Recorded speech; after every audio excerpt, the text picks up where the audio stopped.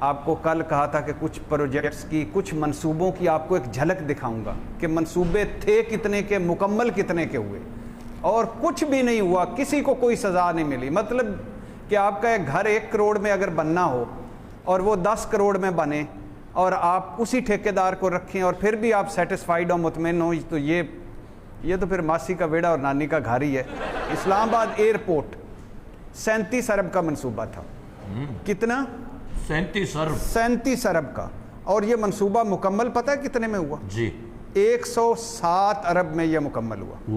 37 ارب کا منصوبہ 107 ارب میں مکمل ہوا، مطلب 70 ارب روپے اس پر زیادہ لگے، اور اس کی انکوائری ہوئی، نواز شریف صاحب نے کروائی، تو اس انکوائری میں سزا کیا ملی؟ 2 افسروں کو گریڈ 19 سے گریڈ 18 میں کر دیا۔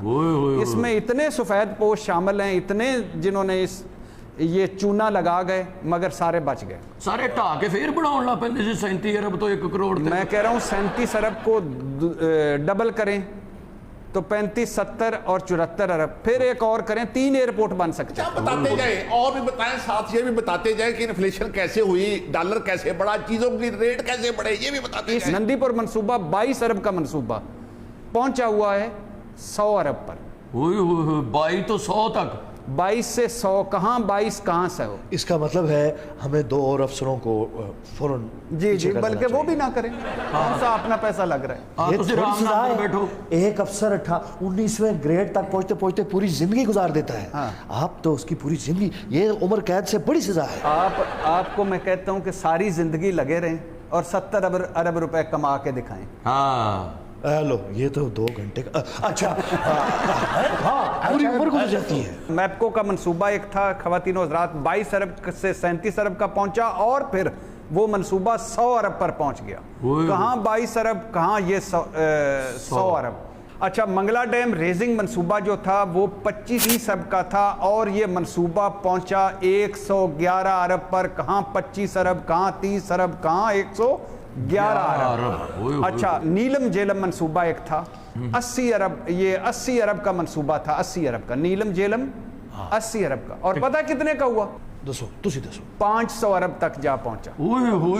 ایتے تے کٹھی چھاڑ ماری ہے جی۔ یہ بات سنیں، یہ 500 ارب تک پہنچ گئے، اسی لیے تو کہتا ہوں اس نیازی کو فوراً استعفیٰ دینا چاہیے، اس کو کوئی حق نہیں ہے وزیر اعظم رہنے کا۔ جب ہر بات میں کرپشن نہ نکالا کریں، یہ بال پوائنٹ آپ نے ہاتھ میں پکڑی ہے، بچپن میں آپ 25 پیسے کی لیتے تھے، اب 10-20 روپے کی آتی ہے، یہ کرپشن ہے۔ پروفیسر صاحب خیر سے پھر آپ نے ایک بونگی سے ماری ہے، لیکن اس بونگی کا جواب یہ ہے کہ نیلم جیلم جو منصوبہ تھا اس کا ڈیزائن ہی غلط بنایا گیا۔ غلطی انسانوں سے ہوتی ہے جو کام کرتے ہیں، جو کام نہیں کرتے غلطی ان سے کیسے ہوگی بھٹی صاحب؟ اور بھائی جی صحیح کہن دے، 80 لے گئے ہاتھ سدھے کرن واسطے۔ پوری دنیا جیدہ جی، پوری دنیا ساڈے تے آ کے ہاتھ سیدھا کرتی اور سانو ہاتھ وکھا جاندی، اور اندے وچ شامل ہوندے نے ساڈے کچھ